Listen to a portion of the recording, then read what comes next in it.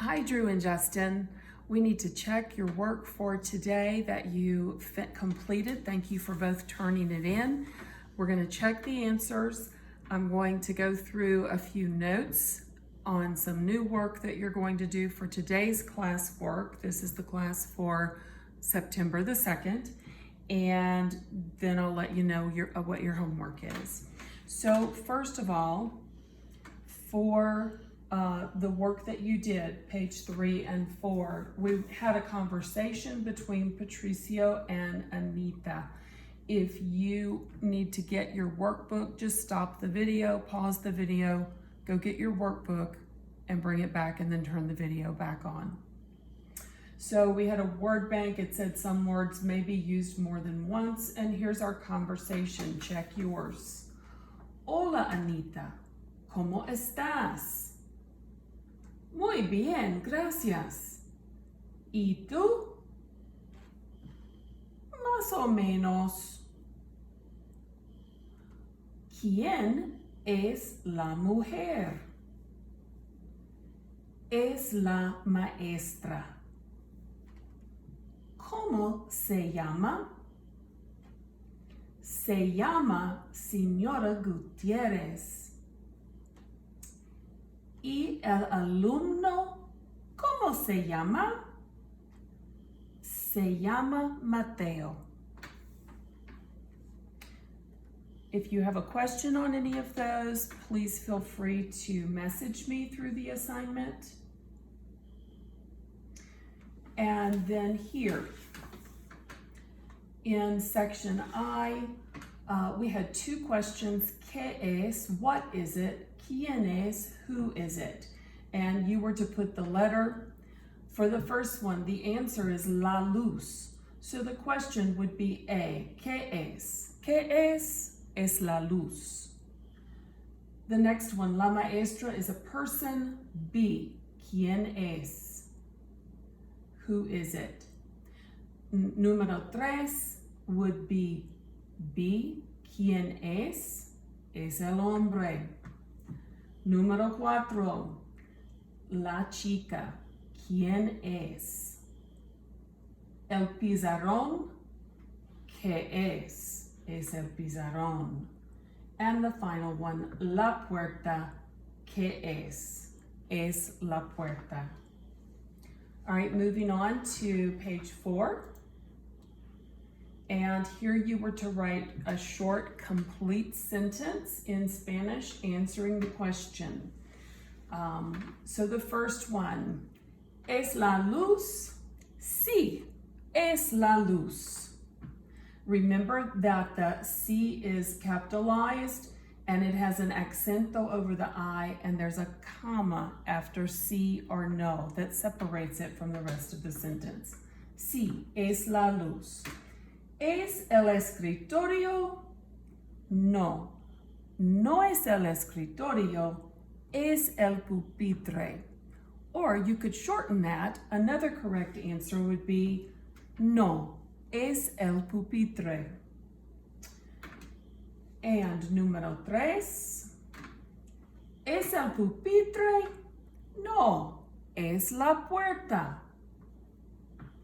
Número 4. ¿Es el pizarrón? Sí, es el pizarrón. ¿Es el hombre? No, es el chico.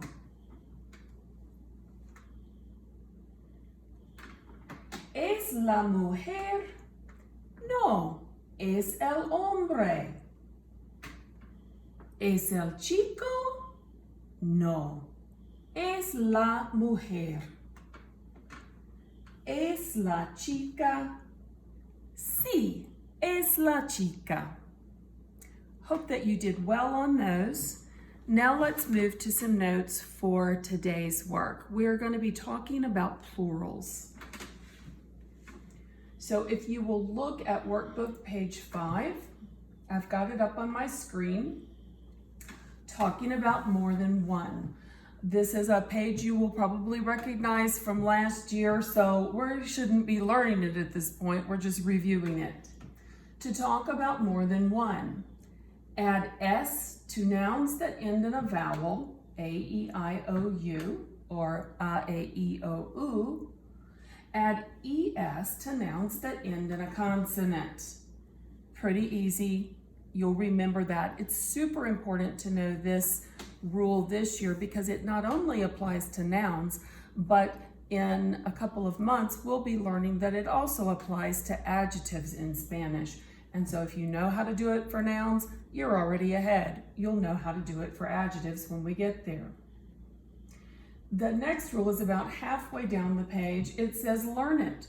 For nouns that end in Z, change the Z to C and add ES. So there's a couple of words here. This word lapis, you may remember from the 4th grade. It means pencil. Normally we've had it by now, but we didn't get quite as far in the 5th grade. So it will actually be in our next unit that we tackle after the review. All right, and then the directions are pretty straightforward there on our work.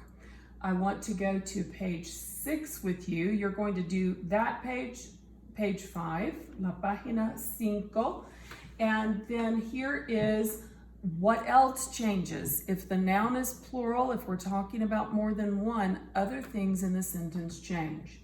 So if you remember, we had 4 ways to say the in Spanish. If we are talking about singular words, just talking about one, the masculine words use el and the feminine words use la. However, if we're talking about more than one, remember that el becomes los for plural words that are masculine, and la becomes las for feminine words that are plural. So there's an exercise to do practicing that. Pay attention to whether it's singular or plural, masculine or feminine. And then finally, there are notes about the verb, because just like in English, we say, the boy is a student, but we say the boys are students. We need to change in Spanish. We go from es, is, to son, are. So here's the English, the teachers are men. In Spanish, we would say, los maestros son hombres. The teachers are men. Okay, so reminder, es is, son is are. Remember how when es comes at the beginning of the sentence, in Spanish, they just say, is the teacher. But that sounds really strange in English because we always put this extra little word in here, it. It's not necessary in Spanish, but in English it is. So if we translate es at the beginning of a sentence, we're going to translate it as it is, even though it really just means is. Son is very similar.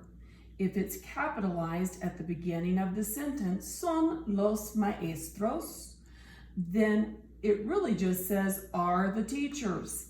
That sounds really strange in English. So if we're translating to English, it would be, they are the teachers.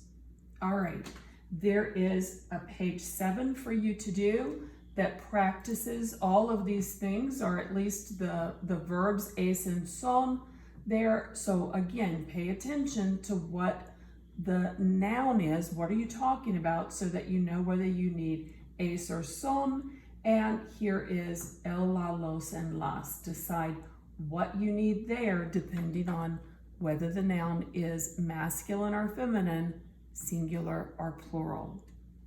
When you finish that work, so workbook pages 5 through 7, there is a homework assignment.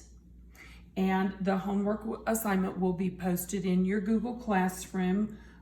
It is a Quizlet practice.